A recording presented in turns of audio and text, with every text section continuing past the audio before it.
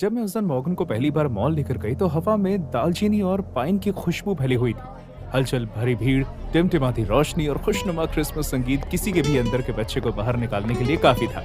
Morgan की आंखें खुशी से चमकने लगी। उसने मेरा हाथ खींचा और रास्ते में दिखाई देने वाले हर प्रदर्शन की तरफ उत्सुकता से इशारा किया। दादी देखो, उसने खुशी से घूमते हुए कहा, वो सैंटा है। वो वहां था, बड़े क्रिसमस ट्री के बिल्कुल पास, सैंटा क्लॉस। या फिर मुझे कहना चाहिए था कि एक आदमी जो सैंटा के कपड़े पहने बैठा था। हंसते हुए बच्चों का एक समूह उसके पास खड़ा था। हर बच्चा उसकी गोद में बैठने और उसे अपनी क्रिसमस विश बताने के लिए अपनी बारी का इंतजार कर रहा था। मॉर्गन भी कोई अलग नहीं था। जैसे ही हम उसके पास गए तो मैं उस आदमी के बारे में कुछ परेशान करने वाली बात को नजरअंदाज नहीं कर पाए। उसके सैंटा सूट में कोई दाग नहीं था, लेकिन उसकी आंखों में वो आनंदमय चमक भी नहीं थी जो मुझे अपने बचपन से याद थी। बल्कि वो बहुत ही नाखुश लग रहा था, जिससे कोई लगाव नहीं था। लेकिन मैंने अपने इस विचार को एक तरफ का कर दिया और इसकी अपनी महज एक कल्पना समझ के छोड़ दिया। आखिरकार मैं एक बूढ़ी औरत थी और कभी कभी वो सब देख लेती थी जो किसी को नजर नहीं आता था।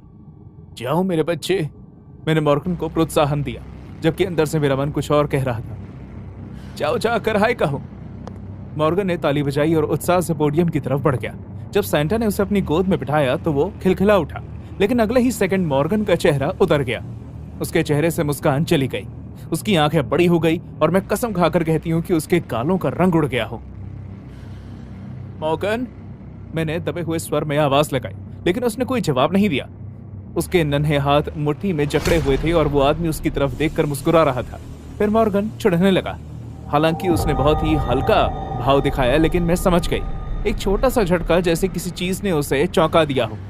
तस्वीर एक ही फ्लैश में ले ली गई और फिर वो आदमी मॉर्गन की तरफ झुका और उसने उसके कान में कुछ कहा।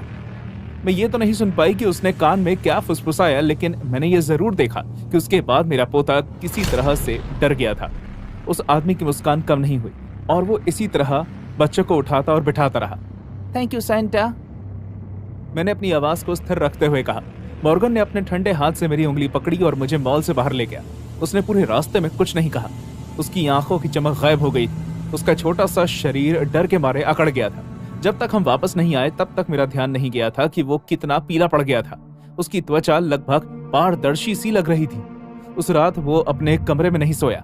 उसने मेरे कमरे में सोने की जिद की और मैंने और उसके मॉम डैड ने उसे बहुत समझाने और प्यार करने की कोशिश की, लेकिन उसने अपना कांपना बंद नहीं किया। मॉर्गन किसी चीज का, किसी शख्स से बहुत ज्यादा डर गया था। अगली सुबह जब उसकी मॉम ने उसे मेरे बिस्तर पर बुखार और नींद में बड़बड़ाते हुए पाया तो हम सब चौंक गए। वो लगातार एक ही बात कहे जा रहा था। हम ये देखकर डर गए। मुझे मत छुओ, मुझे मत छुओ। उसकी आवाज इतनी कमजोर और डरी हुई थी कि मेरा दिल पसीज गया। मॉर्गन का बुखार 2 दिन बाद जाकर उतरा, लेकिन कब कभी अभी भी थी। जब हमने उससे क्रिसमस की बात करने की कोशिश की, वो इतनी जोर से चिल्लाने लगा कि पड़ोसी भी आ गए। डर के मारे उसकी आंखों में गुस्सा उतर आया था। मॉम, क्या आप हमें कुछ बताना चाहती हैं? मेरे बेटे ने मॉर्गन को बिस्तर पर सुलाने के बाद मुझसे पूछा।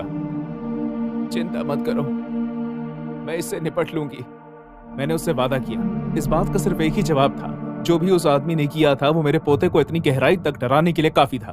मैं हाथ पर हाथ रखकर सिर्फ बैठ नहीं सकती थी, खासकर तब जब मैं जानती थी कि कुछ गलत हो रहा है। इसलिए क्रिसमस से एक रात पहले मैं मॉल वापस गई।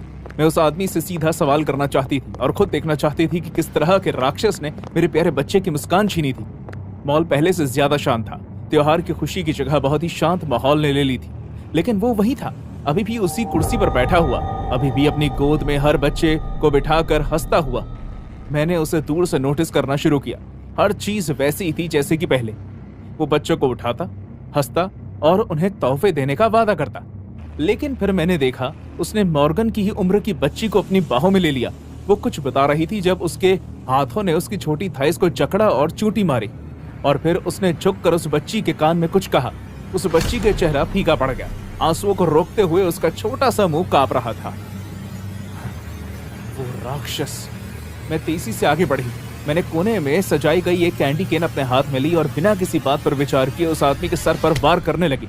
वो पीछे हटने की कोशिश करने लगा। उसके चेहरे पर सदमे का भाव था, क्योंकि मैं उसे बार बार मारती रही जब तक कि सिक्योरिटी ने बीच में आकर मुझे नहीं रोका।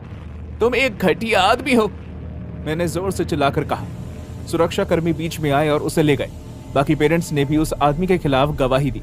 बाद में मुझे खबर मिली कि उस आदमी को गिरफ्तार कर लिया गया है और उस पर बच्चों के साथ बुरी हरकत करने के लिए कई चार्जेस लगे हैं। लेकिन जब उस आदमी को हथकड़ी पहनाकर ले जा रहे थे, उसने मुड़कर मुस्कुराते हुए देखा। नहीं, मुझे नहीं, मेरे अंदर, जैसे वो ऐसा कुछ देख सकता हो जो मुझे दिखाई नहीं देता। और तब जाकर मुझे एहसास हुआ कि सेंटा क्लॉज की पोशाक में वो सिर्फ एक गलत या घटिया आदमी नहीं था, वो उससे भी कई ज्यादा भयानक था। एक बुराई जो बच्चों की असुरक्षा, उनकी मासूमियत और भरोसे पर पनपती थी। और हालांकि वो चला गया था, लेकिन मैं इस बात का ख्याल करते हुए चौंकना बंद नहीं कर पा रही थी कि दुनिया के किसी कोने में कोई और मॉर्गन इस तरह के सदमे का शिकार हो रहा होगा। क्योंकि इस तरह के शैतान बस यूं ही खत्म नहीं हो जाते, ये अंधेरे की तरह फैलने के लिए अगले मौके का इंतजार में रहते हैं। और अब जब भी मैं अपनी आंखें बंद करती हूँ, मुझे वो मुस्कान, वो भयानक राक्षसी मुस्कुराहट दिखाई देती है। और मैं अच्छी तरह जानती हूँ कि आखिरी क्रिसमस नहीं होगी जब हम इस तरह के हादसे के बारे में आखिरी बार सुनेंगे। क्रिसमस साल का मेरा पसंदीदा समय हुआ करता था। रोशनी, संगीत, बर्फ के वादे से भरी ठंडी हवा, ये सब कुछ फिर से एक बच्चे जैसा महसूस करवाता था। लेकिन ये पिछली सर्दियों से पहले की बात थी। उस दिन से पहले की जब कैबिन में कुछ वक्त बिताने गए हम 4 दोस्तों की जिंदगी बदल गई। अब जब भी छुट्टियों का मौसम आता है, मैं गहरे भयानक डर से भर जाता हूँ। और ये सब एक चीज पर निर्भर है, सेंटा क्लॉज। इसकी शुरुआत काफी मासूमियत से हुई। मेरी गर्लफ्रेंड मॉली और हमारे दोस्त नैन्सी और बक ने एक आरामदायक क्रिसमस मनाने के लिए जंगल के बीच एक केबिन किराए पर लेने का फैसला किया। वो जगह किसी डरावनी फिल्म की लोकेशन जैसी थी। लकड़ी का चरमराता हुआ घर जिसके आसपास कुछ भी नहीं था। बक ने तो मजाक में ये भी कहा कि इससे इविल डेड जैसी वाइब्स आती हैं। हम सब ने हंसी में ये बात टाल दी कि जंगल में बना हर घर ऐसा ही लगता है। एक तरफ मॉली और नैन्सी पुराने फायरप्लेस में आग जलाने की कोशिश कर रही थी और वहीं दूसरी तरफ बक ने खुद को डिनर बनाने में बिजी कर लिया था। मेरे पास ज्यादा करने के लिए कुछ नहीं था, इसलिए मैं केबिन में घूमने लगा और उस जगह को समझने की कोशिश करने लगा। तभी चलते चलते मैंने अपने पैरों के नीचे खोखली जमीन होने का एहसास को महसूस किया। मेरे अंदर जिज्ञासा की लहर दौड़ गई और मैंने झुक कर देखा तो लकड़ी की जमीन पर एक छोटा सा हुक लगा हुआ था। "हे गाइस, इधर आकर देखो," मैंने सभी को बुलाया। जल्दी हम चारों घेरा बनाकर बैठ गए और मैंने हुक को खींचकर उसका दरवाजा खोला। चरमराती हुई आवाज के साथ वो छुपा हुआ दरवाजा खुला, जिससे केबिन के नीचे एक अंधेरा, बासी तहखाना दिखाई देने लगा। हम में से कोई भी इस जगह के बारे में पता लगाने के लिए खास उत्सुक नहीं था, लेकिन फिर भी अंदर चले गए। बेसमेंट में उसी तरह का कबाड़ सामान था जिसकी आप उम्मीद करते हैं। जंग लगे औजार, दीमक लगे बक्से और टूटे हुए फर्नीचर। लेकिन फिर हमें कुछ अजीब दिखाई दिया। कार्डबोर्ड के कुछ बक्से जिस पर कॉन्फिडेंशियल लिखा हुआ था, उसके अंदर बहुत सारी पुरानी टेप्स थी। हर किसी पर कुछ ना कुछ लिखा हुआ था, जैसे कि सब 10 और सब 12। शुक्र है कि केबिन में एक पुराना वीसीआर भी था, इसलिए हमने तय किया कि हम कोई एक पुरानी टेप देखेंगे। बक ने वीसीआर में सब 12 नाम की टेप लगाई और हम सब धूल भरे सोफे पर यह देखने के लिए बैठ गए कि उसमें क्या है। स्क्रीन पर वीडियो चलने लगी। हमने एक आदमी को देखा जिसने सेंटा क्लॉज की कॉस्ट्यूम पहनी हुई थी। वो कैमरे के सामने आकर खड़ा हुआ, जो हमें वही लिविंग रूम लग रहा था जहां हम बैठे हुए थे, और उसने जिंगल बेल गाना शुरू किया। Jingle bell. पहले तो हम हंसने लगे कि यह कितना अजीब और बेवकूफ है। एक सेंटा किसी पुराने केबिन के खाली कमरे में अकेला खड़ा होकर गाना गा रहा है। लेकिन जल्द ही हम सबकी हंसी बंद हो गई जब सेंटा ने अचानक हंसना बंद कर दिया। उसने सीधे कैमरे की तरफ देखा। उसकी आंखें काली और खाली थी। फिर उसने कहा कि क्या तुम उसे रोते हुए सुन सकते हो? हम सब दंग रह गए।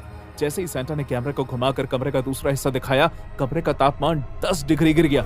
वहां पर एक कुर्सी से एक औरत बंधी हुई थी। वो काफी डरी हुई लग रही थी। उसके कपड़े फटे हुए थे। उसका सर से बालों का एक बड़ा गुच्छा गायब था। डर की वजह से उसकी आंखें बड़ी हो चुकी थी। ये देखकर मेरे पेट में गांठें बन गई और मैं अपने बगल में नैन्सी को लंबी लंबी सांसें लेते हुए सुन सकता था। सेंटा एक बार फिर जिंगल बेल की धुन गुनगुनाने लगा, इस बार और भी धीरे और भी भयानक रूप से। और इसी तरह उसने जमीन से चेन सॉ मशीन उठा ली, उस औरत की तरफ गया और उसने उसकी कुर्सी कैमरे के व्यू से घसीट कर हटा दी। कुछ देर तक स्क्रीन पर सिर्फ एक खाली कमरा दिखाई दे रहा था, लेकिन आवाजें खौफनाक थी। चेन सॉ चलने की आवाज, उस औरत के चिल्लाने की आवाज, मांस के टुकड़े होने की आवाज बहुत ही सच्ची लग रही थी। हम वहीं बैठे रहे सदमे में, और फिर आखिरकार आवाज आना बंद हो गई। एकदम शांति। फिर सेंटा वापस से फ्रेम में आया। उसके कपड़ों और चेहरे पर खून के धब्बे थे। वो कैमरे की तरफ झुका और पागलों की तरह मुस्कुराने लगा। सब्जेक्ट नंबर 12 मर गई, मेरी क्रिसमस, हो हो। वो टेप अचानक बंद हो गई और हम सब डर के मारे शांत बैठे रहे। मेरा दिल जोर से धड़क रहा था और मैं पसीने की ठंडी बूंदें अपनी गर्दन के पीछे महसूस कर पा रहा था। बक सबसे पहला था जिसने अपनी चुप्पी तोड़ी। उसकी आवाज लड़खड़ा रही थी। टेप्स पर ये जो नंबर है, ये महज नंबर नहीं है, ये औरतें हैं। उसने उन्हें अपने सब्जेक्ट के रूप में नंबर दिया है। हम एक पल भी उस केबिन में और नहीं रुक पाए। हमने अपना अपना सामान उठाया और निकल गए, बिना वहां के ओनर को खबर करने की जरूरत समझे। ये जाहिर था कि जिसने भी ये केबिन किराए पर लिया था उसका इन टेप्स और मर्डर से कुछ न कुछ नाता जरूर था। हम सीधे पास वाले पुलिस स्टेशन तक गए और हमने वो सारी टेप्स उन्हें दे दी। हमने वहां जो सीखा उससे हमारा खून ठंडा हो गया। उस टेप्स की मदद से 30 साल पुराना एक मशहूर केस दोबारा खुल गया, क्रिसमस अपहरण। उस जंगल और पास के हाईवे से 15 औरतें गायब हुई थी जो कभी नहीं मिली। केबिन के मालिक से पूछताछ की गई लेकिन उसने इन टेप्स के बारे में किसी भी तरह की जानकारी के लिए मना कर दिया। सांता की कॉस्ट्यूम में वो जो भी आदमी था वो अभी भी बाहर घूम रहा था, बिल्कुल आजाद, बिना किसी गिल्ट के कि उसने कितनी मासूम लोगों की जान ली है। उस रात ने मुझे बदल दिया। अब हर बार जब भी मैं सांता को देखता हूँ, मैं किसी खुश व्यक्ति को बच्चों के लिए तोहफे लाते हुए नहीं देखता। मैं एक राक्षस को देखता हूँ, राक्षस को। मुझे उस केबिन में उस औरत की चीखें सुनाई देती हैं, चेन सॉ चलने की आवाज और उस आदमी का खून से भरे चेहरे की शैतानी मुस्कान याद आती है मुझे।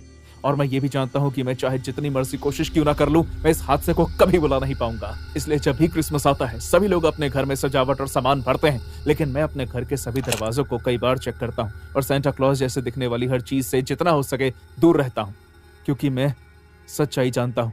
क्रिसमस एक डरावना सपना हो सकता है और सेंटा उसकी अंधेरी परछाई। उस क्रिसमस ईव को 10 साल बीत चुके हैं, लेकिन आज भी उसकी याद मुझे इस तरह डरा देती है जैसे एक परछाई जो कभी आपका पीछा नहीं छोड़ती। उस वक्त मैं छोटा बच्चा था, सिर्फ 8 साल का, और अभी अपनी मॉम को खोने के गम से जूझ रहा था। वो मेरे लिए सब कुछ थी, हमारे घर की खुशी, हवा की हंसी। जब उनका देहांत हुआ तो ऐसा लगा जैसे दुनिया से रंग उड़ गया। उस दिसंबर मैंने कुछ ऐसा किया जिसके बारे में मैंने कभी किसी को नहीं बताया। मैंने सांता को एक लेटर लिखा और उनसे सिर्फ एक चीज मांगी कि वो मेरी मॉम को वापस ले आए। मैं जानता था कि यह बहुत ही बेकार की बात है और मैं इतना बड़ा भी हो गया था कि सांता के ना होने पर विश्वास करता था, लेकिन मैं बेताब था। मैं किसी भी तरीके से अपनी मॉम को वापस लाना चाहता था। क्रिसमस ईव पर मैंने उस लेटर को अपने कमरे की खिड़की पर रख दिया, लेकिन उस रात जैसे ही मैं अपने बिस्तर पर लेटा, कुछ अजीब हुआ। दीवार पर एक परछाई दिखाई देने लगी और वो धीरे धीरे और बड़ी और काली होने लगी, जब तक उसकी एक इंसान का रूप नहीं ले लिया। नहीं, किसी आदमी का नहीं। दिखने में वो सांता जैसा लग रहा था, लेकिन वो खुश सांता नहीं था जैसे मैंने सोचा था। ये परछाई बहुत ही लंबी, उभरी हुई थी और उसकी आंखें अंधेरे में चमक रही थी। सांता, उस परछाई ने सर हिलाकर जवाब दिया, लेकिन कुछ नहीं कहा। मैं बहुत डर गया और उसके साथ साथ काफी उम्मीद करने लगा। मैं नहीं जानता था कि क्या हो रहा है, लेकिन मुझे लगा कि मेरी इच्छा पूरी होने वाली है। उस परछाई ने अपना हाथ आगे बढ़ाया और अचानक से मुझे वो दिखाई दी। मेरी मॉम, वो मेरे बिस्तर के सामने खड़ी थी। मुझे यकीन नहीं हो रहा था, लेकिन कुछ तो गड़बड़ थी। ये मेरी उस मॉम की तरह नहीं थी जो मुझे याद थी। इनकी त्वचा फीकी थी, तकरीबन सफेद, चावल के कागज की तरह। उनकी आंखें बुझी हुई थी और वो ना ही हंसती थी और ना ही कुछ बोलती थी, बस मुझे कुछ इस तरह घूरती रहती जिससे मैं कांप जाता था। लेकिन मुझे फर्क नहीं पड़ता था। वो मेरे पास थी, वो असलियत में थी। मैं अपने बेड से कूदा और उन्हें गले लगा लिया, लेकिन उन्होंने मुझे वापस नहीं गले लगाया। उनकी बाजुएं बस लटक रही थी जैसे बेजान हूं। मॉम, आप वापस आ गई, मैंने आपको बहुत मिस किया। उन्होंने धीरे से सर हिलाकर हाँ कहा। उनकी हरकतें सख्त थी। मैंने उनसे बात करने की कोशिश की और उन्हें वो सब बताया जो उनके पीछे से हुआ था, लेकिन वो ना के बराबर कोई जवाब देती थी। अगली सुबह जब हम नाश्ता करने नीचे गए, वो मेरे साथ टेबल पर बैठ गए और खाने को देखती रही, लेकिन उन्होंने कुछ उठाया नहीं। मैं डैड का रिएक्शन देखने के लिए बेताब था, लेकिन ये बहुत ही अजीब था। डैड, क्या कमाल की बात नहीं है, मॉम वापस आ गई। उन्होंने कंफ्यूज होकर मुझसे कहा, ईथन, तुम ये क्या बात कर रहे हो? और तब मुझे एहसास हुआ कि वो मॉम को नहीं देख सकते, उन्हें सिर्फ मैं देख पा रहा था। जैसे जैसे दिन बीतते गए, मेरी मॉम ने मुझसे अजीब सवाल पूछने शुरू कर दिए। उन्हें मेरे बालों का गुच्छा चाहिए था, मेरे कपड़ों से थोड़ी कतरन, और यहाँ तक कि मेरे मनपसंद खिलौने भी। जितनी बार भी मैं उन्हें कुछ देता, वो और भी ज्यादा जिंदा लगने लगती थी। उनकी त्वचा पर थोड़ी लाली आने लगी और उनकी हरकतें थोड़ी साफ होने लगी, लेकिन हर तोहफे के साथ उनकी आंखों में शैतानियत झलकने लगी, एक ऐसी चमक जिससे मुझे डर लगने लगा। मम्मी, आपको ये सब क्यों चाहिए? उन्होंने कोई जवाब नहीं दिया। वो बस मुस्कुराने लगी जो दिल से नहीं थी, और हर रात वो मेरे कान में कुछ फुसफुसाती, लेकिन एक ऐसी आवाज में जो उनकी नहीं होती थी।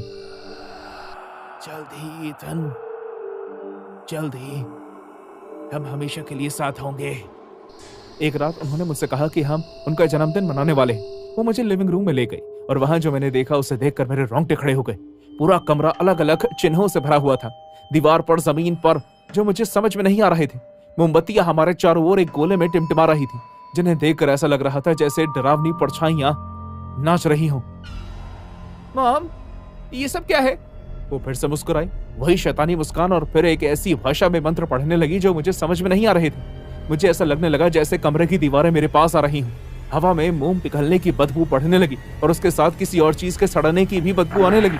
जैसे जैसे उन्होंने मंत्र पढ़े उनकी आवाज भारी होने लगी और धीरे धीरे आवाज बिल्कुल बदल गई।